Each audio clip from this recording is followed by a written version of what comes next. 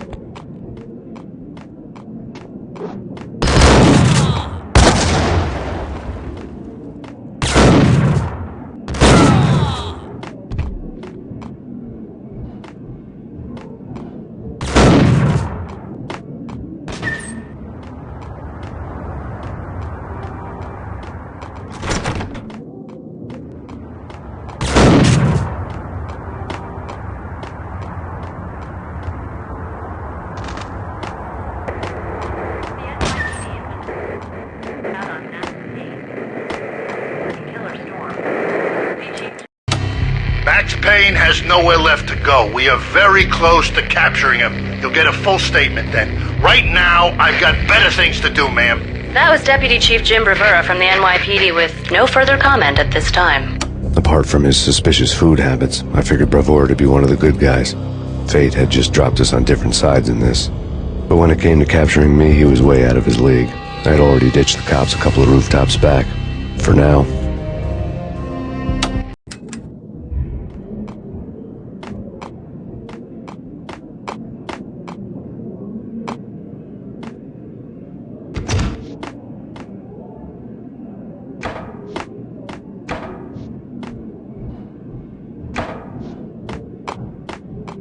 I can hear him. Ready? Keep your guns pointed at the door. Okay.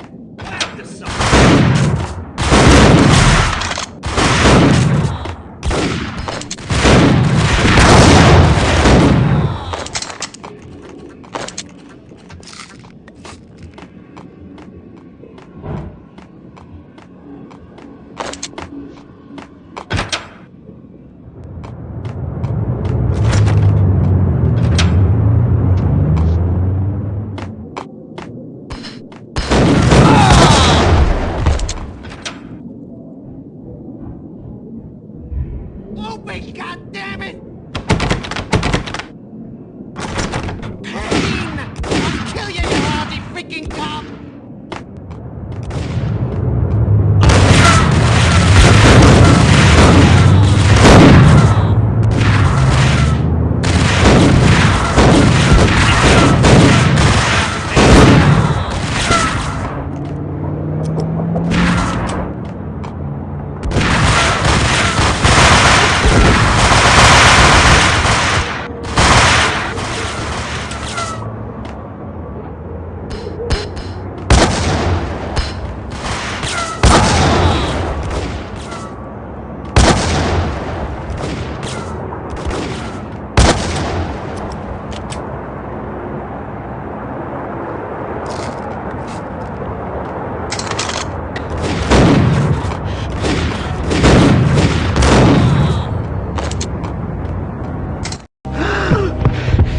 Gagniti ran out of steam in a dead-end alley with steam boiling out of the sewer grates like all the fires of hell were burning high beneath us. It was shakedown time. Where's Lupino? Screw you! Bad start, Vinny. Ah! Police brutality! I rate pretty high on that. You can't just hurt me in cold blood! Just keep telling yourself that. Listen good, Candyman. I'm not gonna be anybody's fall guy. I want to know where your boss is hiding. There was no glory in this.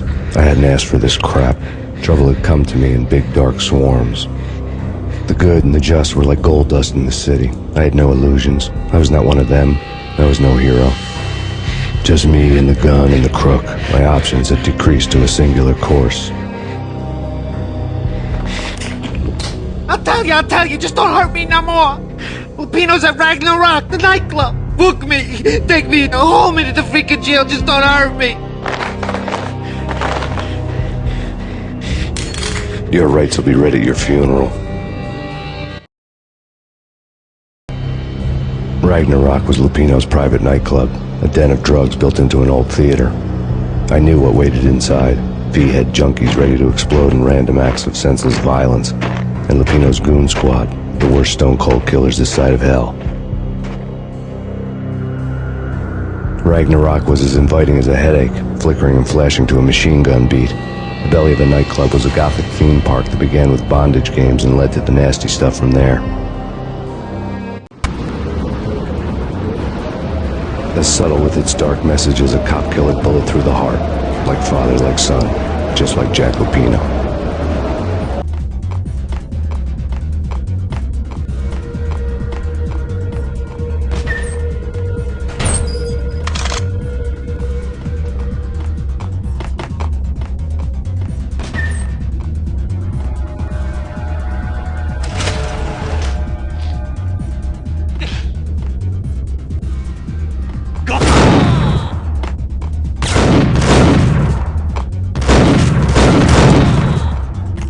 The book had never been a bestseller.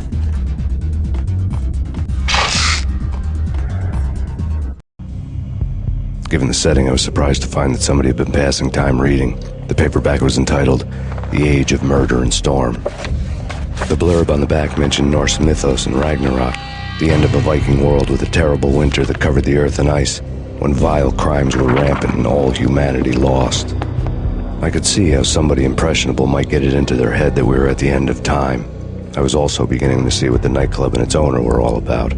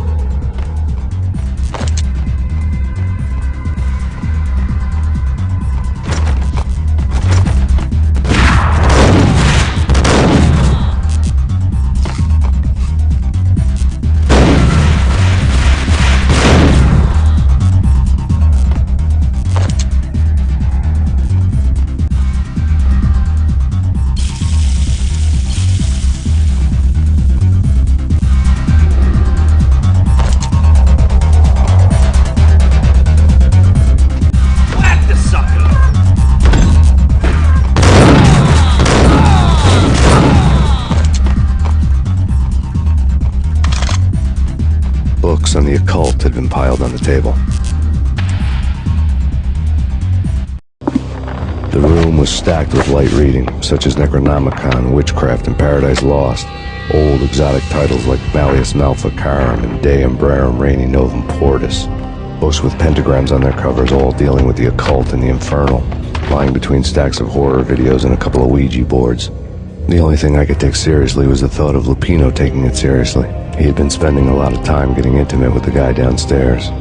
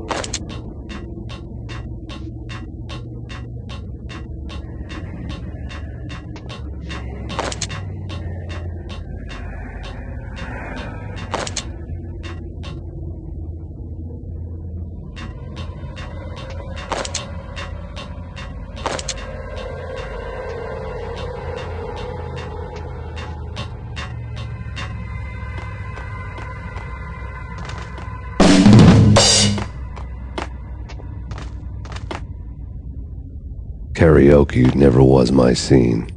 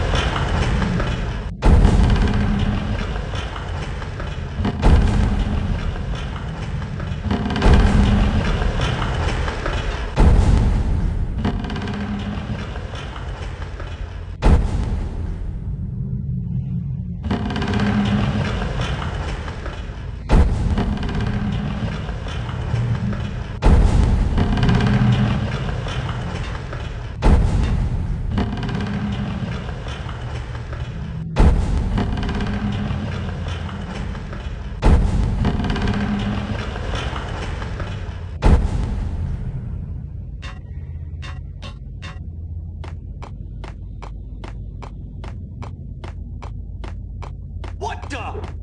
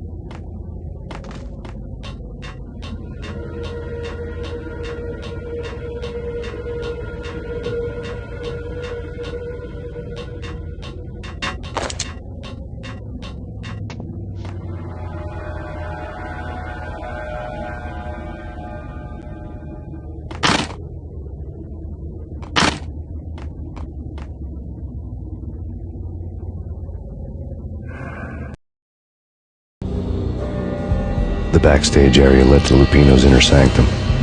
The hot air inside was like an invisible wall, thick with incense and something else, a sickly sweet smell that made you gag. This was the rotten core of the Big Apple. Lupino lurked somewhere ahead, like a spider at the center of his web, waiting. The vapors in the air started to make my head swim. Torn pieces of a letter lay scattered on the sofa.